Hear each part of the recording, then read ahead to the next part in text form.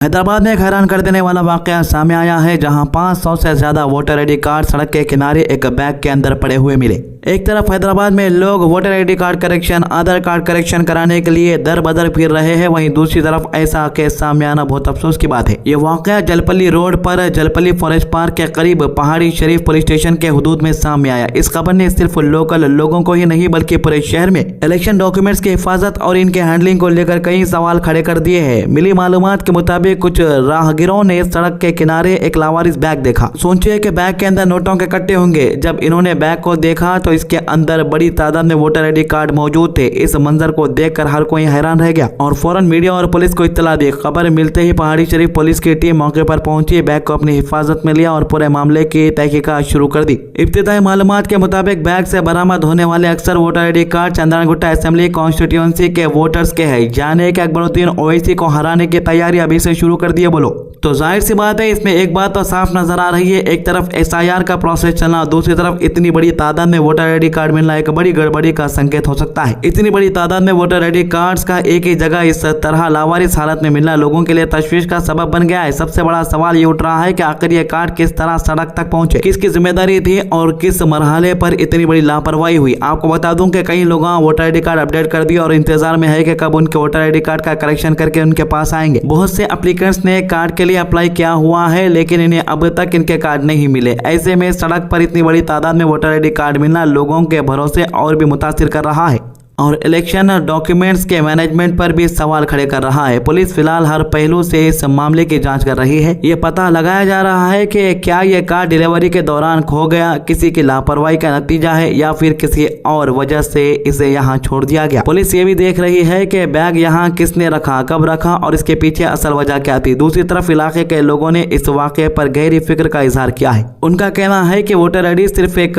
Card नहीं बल्कि हर शहरी की डेमोक्रेटिक पहचान और वोटिंग की बुनियाद डॉक्यूमेंट्स होता है। इस तरह के अहम डॉक्यूमेंट्स का सड़क पर मिलना किसी भी सूरत में मामूली बात नहीं है। लोगों ने मुतालबा किया है कि इस मामले की पूरी तहकीकात की जाए। अगर किसी की लापरवाही सामने आती है तो उसके खिलाफ सख्त एक्शन लिया जाए और जो वोटर आईडी कार्ड बरामद हुए हैं उन्हें इनके असल मालिक तक जल्द से जल्द पहुंचाया जाए। अब सबकी नजरें इन्वेस्टिगेशन पर टिकी हुई है और लोग इंतजार कर रहे हैं कि अथॉरिटीज इस मामले में क्या नतीजा निकालती है और आगे किस तरह के कदम उठाए जाते हैं। तो जलपल्ली के पास न्यू वोटर आईडी कार्ड के जो सो एक थैला मिला हमने।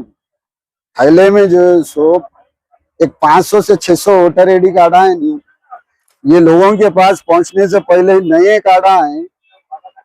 लोग जो सो अब शुरू जो अपने नौजवान बच्चे हर जाके लाइनों में ठहर के करके जो सो वोटर आईडी कार्ड को अप्लाई कर रहे हैं। ये इतनी बड़ी गवर्नमेंट की लापरवाही हो रही है या किसकी लापरवाही, सख्त से सख्त कार्रवाई होना चाहिए। तो इसके अलावा हैदराबाद से एक बड़ी सियासी खबर सामने आ रही है। तेलंगाना में चल रही स्पेशल इंटेंसिव रिवीजन यानी एसआईआर के दौरान चीफ मिनिस्टर ए रेवंत रेड्डी के वोटर रिकॉर्ड को लेकर एक अहम बात सामने आई है। इलेक्शन रिकॉर्ड के मुताबिक चीफ मिनिस्टर का नाम 2 अलग अलग असेंबली कॉन्स्टिट्यूएंसीज के इलेक्टोरल रोल्स में मौजूद है। यह मामला सामने आने के बाद सियासी हलकों में इस पर काफी चर्चा शुरू हो गई। डिटेल्स के मुताबिक चीफ मिनिस्टर ए रेवंत रेड्डी का नाम एक तरफ महबूब नगर पार्लियामेंट्री कॉन्स्टिट्यूएंसी के अंदर आने वाले कोडंगल असेंबली कॉन्स्टिट्यूएंसी की वोटर लिस्ट में दर्ज है। इसके साथ ही इनका नाम नागर कर्नूल पार्लियामेंट्री कॉन्स्टिट्यूएंसी के अंदर आने वाले आजमपेट असेंबली कॉन्स्टिट्यूएंसी की वोटर लिस्ट में भी नजर आ रहा है। यानी कि एक ही शख्स का नाम 2 अलग अलग असेंबली कॉन्स्टिट्यूएंसीज की इलेक्टोरल रोल्स में मौजूद दिख रहा है। सिर्फ इतना ही नहीं, रिकॉर्ड में एक और गलती भी देखने को मिली है। चीफ मिनिस्टर के नाम की स्पेलिंग सही तरीके से नहीं लिखी गई है। इस स्पेलिंग मिस्टेक को भी इलेक्शन रिकॉर्ड के एक एडमिनिस्ट्रेटिव एरर के तौर पर देखा जा रहा। इलेक्शन रूल्स के मुताबिक representation of the people act 1950 के हिसाब से किसी भी वोटर्स का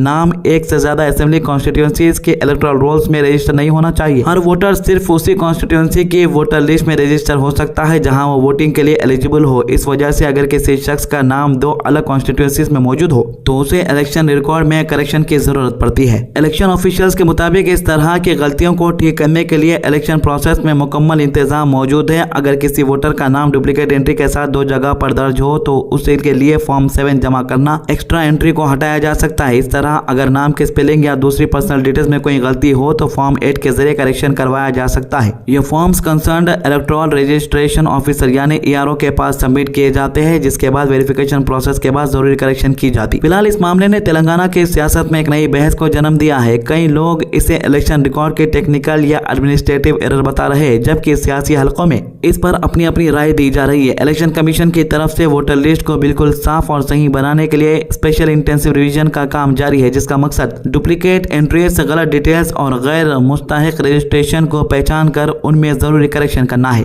अब देखना यह होगा कि वेरिफिकेशन के बाद इलेक्शन अथॉरिटीज इस डुप्लीकेट एंट्री या स्पेलिंग मिस्टेक को किस तरह अपडेट करती है। अगर रिकॉर्ड में वाकई डुप्लीकेट रजिस्ट्रेशन और स्पेलिंग एरर की तस्दीक होती है तो इलेक्शन रूल्स के मुताबिक जरूरी फॉर्म्स के जरिए करेक्शन की प्रोसेस पूरी की जाएगी। फिलहाल यह मामला तेलंगाना में एसआईआर एक्सरसाइज के दौरान सामने आने वाला एक अहम एडमिनिस्ट्रेटिव डेवलपमेंट के तौर पर देखा जा रहा है।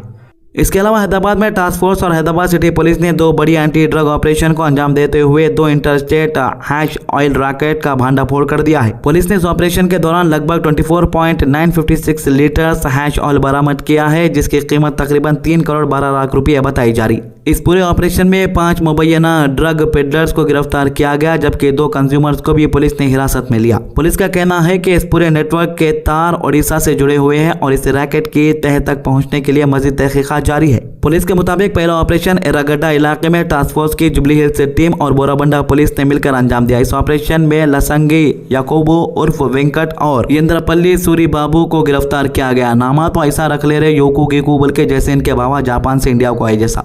इन दोनों के पास से 23.706 लीटर हैश ऑयल बरामद हुआ, जिसकी कीमत तकरीबन 2 करोड़ 96 लाख रुपीस बताई जा रही। पुलिस ने इनके कब्जे से 2 मोबाइल फोन भी जब्त किए हैं, जो तहकीक के लिए भेज दिए गए हैं। पुलिस का कहना है कि लसंगी यकूबो असल में आंध्र प्रदेश का रहने वाला है और ऑटो ड्राइवर के तौर पर काम करता था, लेकिन इसका क्रिमिनल रिकॉर्ड भी सामने आया है। पुलिस रिकॉर्ड के मुताबिक साल 2016 में भी ये मारिजुआना यानी गांजा ट्रांसपोर्टेशन के एक केस में गिरफ्तार हो चुका था। इसके अलावा साल 2025 में बोराबंडा पुलिस स्टेशन में दर्ज एक एनडीपीएस केस में भी ये फरार चल रहा था। पुलिस का मानना है कि पुराने केसेस के बावजूद इसने अपनी गैर कानूनी एक्टिविटीज बंद नहीं की और दोबारा ड्रग रैकेट में शामिल हो गया। तहकीक में पता चला है कि याकूबो और इसका साथी ओडिशा से जुड़े सप्लायर्स के जरिए हैश ऑयल हासिल करते थे। ये नशा ट्रेन के जरिए हैदराबाद लाया जाता था, यहाँ से बेंगलुरु भेजते, फिर इनका काम कंटिन्यू चलते रहता, लेकिन इस बार बेंगलुरु भेजने से पहले ही पकड़ लिए गए। पुलिस के मुताबिक जब दोनों मुलजिम बस पकड़ने के इंतजार में थे, तभी टास्क फोर्स ने सीक्रेट ऑपरेशन की बुनियाद पर रेड की और इन्हें रंगे हाथ गिरफ्तार कर लिया। अगर ये कंसाइनमेंट बेंगलुरु पहुंच जाता तो लाखों रुपए का मुनाफा हासिल किया जा सकता था ये लोगों द्वारा।